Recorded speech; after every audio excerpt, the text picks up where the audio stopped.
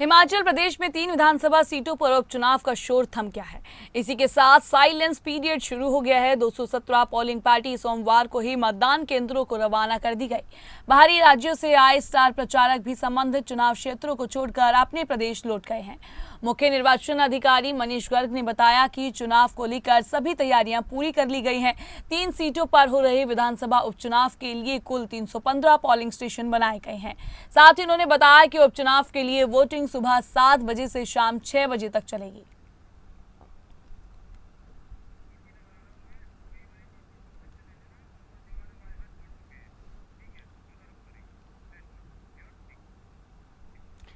इस खबर पर ज्यादा जानकारी के लिए हमारे साथ मनोज धीमान जुड़ गए हैं। मनोज धीमान, बात करेंगे कल हिमाचल प्रदेश में 3 विधानसभा सीटों पर वोटिंग होनी है, सुबह 7 बजे शुरू हो जाएगी, तो क्या कुछ जानकारी मनोज?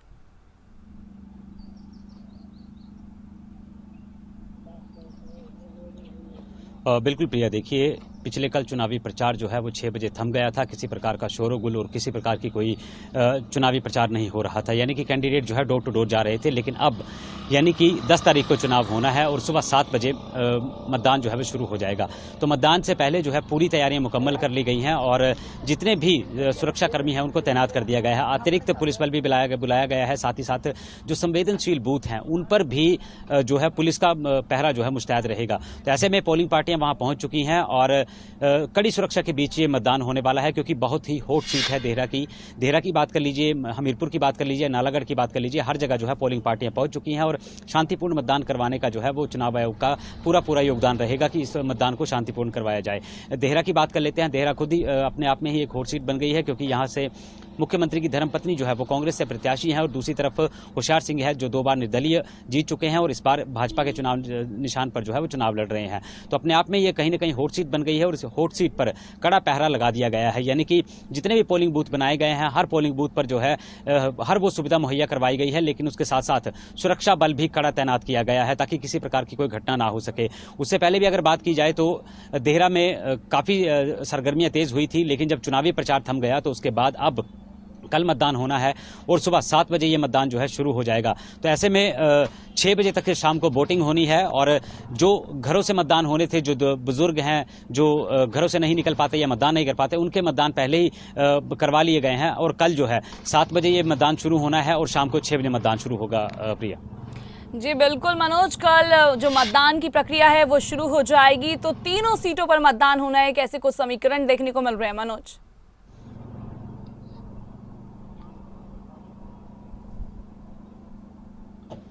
और बिल्कुल प्रिया, देखिए अगर बात की जाए तीनों सीटों की तो तीनों सीटों से निर्दलीय जो हैं उन्होंने इस्तीफा दिया, फिर भाजपा ज्वाइन की। भाजपा ज्वाइन करने के बाद अब उपचुनाव हो रहे हैं, यानी कि कहा जा सकता है कि भाजपा के चुनाव चिन्ह पर ये तीनों प्रत्याशी जो है निर्दलीय वो चुनाव लड़ रहे हैं। वहीं कांग्रेस से KL ठाकुर, पुष्पेंद्र वर्मा और दूसरी तरफ कमलेश ठाकुर जो है वो तीन कैंडिडेट जो हैं वो कांग्रेस के हैं। तो तीनों दिग्गज माने जा रहे हैं और ऐसे में देखिए समीकरण की बात की जाए तो समीकरण कल की तारीख में जो है वो बनना शुरू हो जाएंगे, यानी कि जब मतदान होना शुरू हो जाता है तो उसके बाद पता चलना, रुझान भी आने शुरू हो जाते हैं कि आखिर किस के पलड़े में जो है मतदान ज्यादा हुआ, कौन जो है वो जीत रहा है। तो ऐसे में देखिए दोनों ही दल जो हैं उन्होंने अपनी पूरी ताकत जो है वो चुनावी प्रचार में झोंक दी थी, किसी प्रकार की कोई कमी नहीं छोड़ी है। हालांकि जहां मुख्यमंत्री को खुद जाना चाहिए था वहां खुद भी पहुंचे हुए हैं। डिप्टी CM से लेकर के हर वो मंत्री, हर वो ताकत जो है कांग्रेस की, वो इन तीनों चुनावी सीटों पर जो है वो प्रचार करने के लिए पहुंची थी। उसी तरह अगर भाजपा की बात करें तो भाजपा से भी कोई भी ऐसा मंत्री या नेता जो है वो नहीं चुका रहा, वो हर जगह गए, हर जगह प्रचार किया है। जयराम ठाकुर जो नेता प्रतिपक्ष है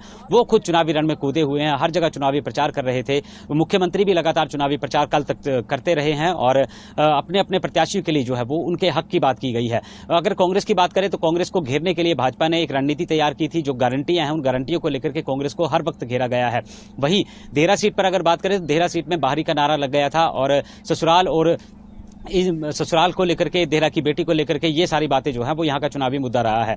फिलहाल देखिए बहुत सारे मुद्दे रहते हैं चुनावों में, लेकिन इस बार जो मुद्दे हैं उनको भटक करके कहीं ना कहीं जीत हासिल करने की कोशिश जो है वो हर जगह की जा रही है। लेकिन अब 10 तारीख को मतदान हो जाएगा और पता चल जाएगा कि आखिर किसकी किस्मत है और किसके सर ताज सजेगा, ये 13 तारीख को पता चल जाएगा। लेकिन उससे पहले अगर बात की जाए तो कहीं ना कहीं एक तरफ कांग्रेस भी स्ट्रांग नजर आ रही है, भाजपा भी स्ट्रांग नजर आ रही है, यानी कि तीनों सीटों पर मुकाबला जो है वो कांटे की टक्कर का मुकाबला है और इसमें किसी भी प्रत्याशी को कम नहीं आंका जा सकता, भले ही कांग्रेस हो या फिर बीजेपी हो। लेकिन कल जो मतदान हो जाएगा उसके बाद पता चलेगा कि आखिर मतदान हुआ तो किसकी तरफ हुआ है। बातें तो दोनों ही दल कर रहे हैं जीत की, लेकिन जीतेगा तो एक ही प्रत्याशी, यानी कि भाजपा जीतेगी या कांग्रेस जीतेगी, दोनों में से एक ही जीत पाएगा।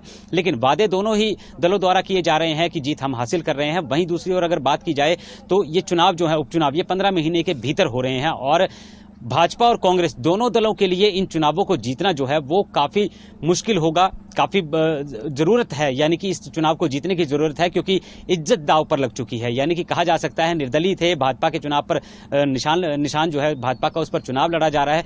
अहम ये मुकाबला रहने वाला है। मुमताज, कुछ ही घंटे बाकी बचे हैं, यानी कि कल सुबह 7 बजे ये मतदान शुरू हो जाएगा और पता चल जाएगा कि आखिर आने वाली तस्वीर क्या दिखेगी। जी मनोज धीमान, आपने तमाम जानकारी दी। तमाम जानकारी के लिए बहुत बहुत शुक्रिया। हिमाचल प्रदेश में तीनों विधानसभा सीटों पर उपचुनाव होना है। कल सुबह 7 बजे वोटिंग की प्रक्रिया शुरू हो जाएगी। शाम 6 बजे तक वोटिंग की प्रक्रिया जारी रहेगी। कल देखने को मिलेगा कि किसकी जीत होती है। तीनों सीटों पर उपचुनाव होने हैं।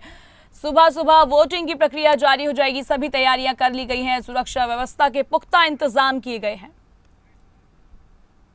जी, जैसे आपको पता है जो हमारे 38 विधानसभा क्षेत्र का उपचुनाव है वो 10 तारीख को होना है, जिसके समय जो है सुबह 7 बजे से शाम के 6 बजे तक रहेगा। इसके लिए सारी तैयारियां जो है हमारी तरफ से हो चुकी हैं। आज हम पार्टीज़ को डिस्पैच कर रहे हैं। जो भी पोलिंग मटेरियल रिक्वायर्ड होगा पोलिंग कंडक्ट करवाने के लिए कल, वो हम इनको दे रहे हैं। साथ साथ जो EVMs हैं वो भी आज इनको साथ में दे रहे हैं और विद प्रॉपर सिक्योरिटी जो है इनकी मूवमेंट करवाई जा रही है। 2 बूथ हमारे आइडेंटिफाइड है जो यहीं पे government senior secondary school boys में जहाँ पे डिस्पैच हो रहा है वहीं पे हमने आइडेंटिफाई किए हैं फॉर विमेन पोलिंग स्टेशन। और एक हमारा PWD पोलिंग स्टेशन है वो भी यहीं पे बॉयज़ स्कूल में ही आइडेंटिफाई किया हुआ है। तो स्पेशल जैसे हमारे ECI की गाइडलाइंस रहती हैं कि इंक्लूसिव इलेक्शन हो, सभी जो हैं इसमें अपनी भागीदारी सुनिश्चित करें। तो एक ये पहल हम हमेशा ही करते आए हैं, पिछले इलेक्शंस में भी की थी और इस बार भी हमने 2 पोलिंग स्टेशन ऐसे बनाए हैं जहाँ पे सारे के सारे मतदान अधिकारी जो हैं हमारी महिलाएँ होंगी।